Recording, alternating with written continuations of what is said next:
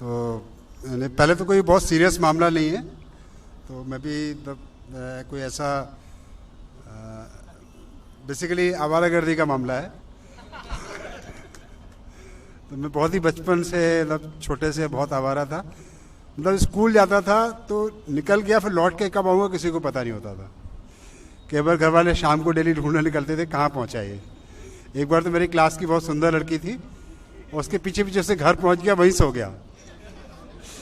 और रात को 12 बजे मेरे पिताजी ढूंढते हुए आ रहे हैं, वहाँ से पकड़ के ले जाया गया। खैर, तो ये जो बात हो रही है कि कभी कभी मौका मिलता है तो हम ऊपर भी देख लेते हैं। जनरली नीचे की दुनिया से हमको फुर्सत नहीं मिलती है। तो आइडिया ये है कि जो हमारी धरती है जिस पर हम रहते हैं, ये कहाँ है। पूछता हूँ बच्चे, धरती कहाँ है? बोल, धरती नीचे है, लेकिन धरती है कहाँ? तो लोगों के अलग अलग ख्याल आते। कोई सोचता था कि धरती समंदर में तैर रही है, कोई कछुए की पीठ पे है, या बैल के सिर पे है, या शेषनाग के ऊपर बैठी हुई है। तरह तरह के लोग ख्याल थे। उस पर रोज़ मतलब लड़ाइयाँ झगड़े भी होते थे, कत्लेआम भी होते थे। अभी भी दुनिया में बहुत कुछ हो रहा है। इसी एक सज्जन थे, उनका नाम था गैलीलियो गैलीली। सुना आप लोगों ने? कहते हैं उन्होंने टेलीस्कोप का, दूरबीन का आविष्कार किया। तो बात गलत है, एक बच्चे ने किया था दूरबीन का आविष्कार शायद। उन्होंने दूरबीन से, लोग तो क्या पता नहीं क्या करते थे, छत पे खड़े होके दूसरी छत पे कोई औरतें नहा रही देखा करते थे। और वाकई सच बात है कि यूरोप में जब दूरबीन का आविष्कार हुआ तो उसका पहला इस्तेमाल तो ये किया, फिर उसको आर्मी वालों को दे दिया, तो आर्मी वाले उसको दुश्मन का जहाज ढूंढने में लग गए। तो सबसे पहले चीज़ों का मतलब ऐसे ही इस्तेमाल होता है। लेकिन गैलीलियो के हाथ में जब दूरबीन लगी तो उन्होंने उससे ऊपर देखना शुरू किया। तो चांद को देखा तो पता चला कि चांद कोई न तो कोई वहाँ पर कोई सुंदरी है, और ना कोई वहाँ पे कोई देवता है, ना कोई राक्षस है, बल्कि धरती जैसी एक जगह है। आप भी कभी दूरबीन से चांद को देखेंगे तो उस पर पहाड़, गड्ढे, घाटियाँ, क्रेटर नजर आएंगे। तो लगा कि ऊपर भी जैसे यहाँ है वैसे ही ऊपर है। तो ऊपर कोई बहुत अलग चीज़ नहीं है। और सूरज को देखा तो उसमें धब्बे नजर आए। आकाश में हमको कभी, यहाँ दिल्ली वालों को तो पता नहीं, लेकिन जो कभी गाँव में पैदा हुए बड़े हुए हैं, और कभी खासतौर पे यूपी में तो लाइट होती नहीं है, कभी कभी लाइट आती है। यहाँ लाइट जाती है, यूपी में लाइट आती है। मध्य प्रदेश का भी ये हाल है, जो मेरा स्टेट मध्य प्रदेश है वहाँ का भी ये हाल है। तो वहाँ लाइट कभी कभी आती है। तो छत पे लेटे लेटे देखते थे हम लोग, आकाश में तारे दिखते हैं हजारों। एक आकाश गंगा दिखती है। कितने लोगों ने आकाश गंगा देखी है? आकाश गंगा, वाह क्या बात है। दिल्ली वालों को तो पता ही नहीं ऐसी कोई चीज़ होती है। हालांकि दिल्ली जब मैं आया था शुरू में तो कनॉट प्लेस से भी आकाश गंगा कभी कभी दिख जाती थी, आकाश साफ होता था। लेकिन अब तो यहाँ से आकाश गंगा तो छोड़िए, तारे, एक भी तारा नहीं दिख रहा। अभी तो खैर बादल है, खुला भी होता है तो मुश्किल से एक आध दो तारे दिख जाते हैं, कभी कोई प्लैनेट दिख जाता है, मून दिख जाता है। तो आकाश गंगा को गैलीलियो ने दूरबीन से देखा तो पता चला तारों की बनी हुई है, उसमें हजारों लाखों तारे दिखते हैं।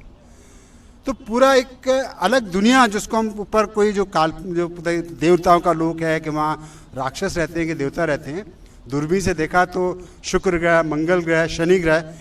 उसके बाद और अच्छी लोगों ने दूरबीन बनाई तो पता चला कि दुनिया बहुत बड़ी है। इतनी बड़ी है कि अगर हम कभी मान लो कि, जैसे कि मैं भटकता रहता हूँ, साइकिल से आसपास भी चला जाता हूँ, जैसे कि मतलब भरतपुर, आपका ये सरिस्का, कभी आगरा, कभी चंडीगढ़, साइकिल से निकल जाता हूँ कई बार। तो अगर मान लीजिए कि हम पूरी दुनिया घूमना चाहें और साइकिल से निकल पड़े तो कितना टाइम लगेगा? कभी सोचा है? लोगों ने साइकिल से पूरी दुनिया घूमी हुई है, पूरे सारे देश घूमे हुए हैं। तो दुनिया इतनी बड़ी है कि अगर मान लो कि मैं अपनी कार से चलूँ, साइकिल की छोड़िए, आप लोग शायद साइकिल की प्रैक्टिस नहीं होगी, और मान लीजिए हमने धरती के इक्वेटर पे एक सड़क बना दी। इक्वेटर सुना होगा आपने, भूमध्य रेखा, धरती का ग्लोब आपने देखा होगा, बीच में एक लाइन होती है, धरती को आधा उत्तरी गोलार्ध, नीचे वाला दक्षिणी गोलार्ध एक लाइन बांटती है। वो लाइन की अगर वो वहाँ पे सड़क बना दें मान लीजिए असली धरती पर, उस भूमध्य रेखा पे, तो उसकी लंबाई करीब 40,000 किलोमीटर होगी। और ये आज से करीब मेरे ख्याल से 2000 साल पहले एक ग्रीक वैज्ञानिक हुए थे, एराटोस्थनीज, करीब मेरे ख्याल से 2nd सेंचुरी BC की बात है। तो उन्होंने, वो अलेक्जेंड्रिया में थे। अलेक्जेंड्रिया एक शहर है इजिप्ट का, जो कि पहले ग्रीक की कॉलोनी हुआ करती थी। ग्रीक का एम्पायर काफ़ी फैला हुआ था। तो वहाँ पे एक लाइब्रेरी थी मशहूर, लाइब्रेरी का यूनिवर्सिटी थी। वहाँ के एक वैज्ञानिक थे एराटोस्थनीज। तो उन्होंने वहीं पर बैठे बैठे दुनिया का पूरा घेरा नाप लिया था कि दुनिया कितनी बड़ी है।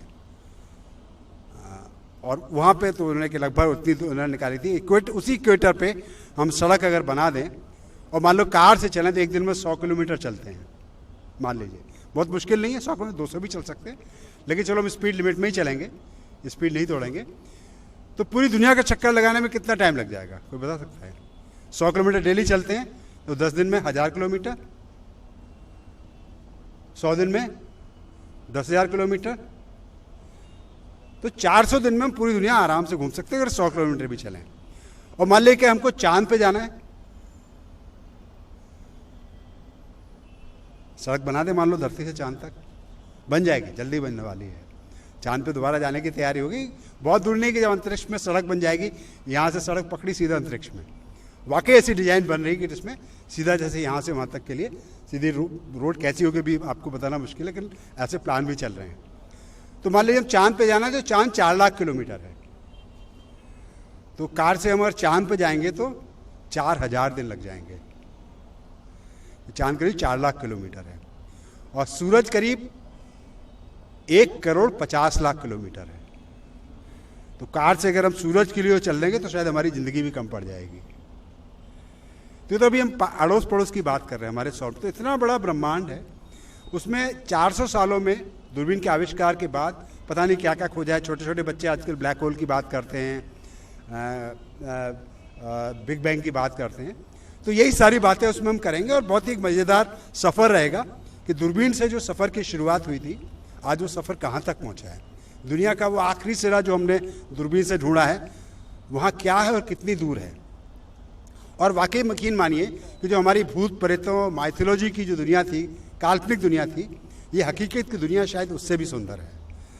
तो 24 तारीख को जैसी बात हुई है, हम लोग यहाँ पे ऑर्गेनाइज़ करेंगे और उम्मीद है आप सब लोग मेरे साथ एक मतलब हसीन और बहुत ही अद्भुत और बहुत ही मतलब एक हमारी आंखें खोल देने वाले सफ़र में हम लोग साथ चलेंगे। धन्यवाद।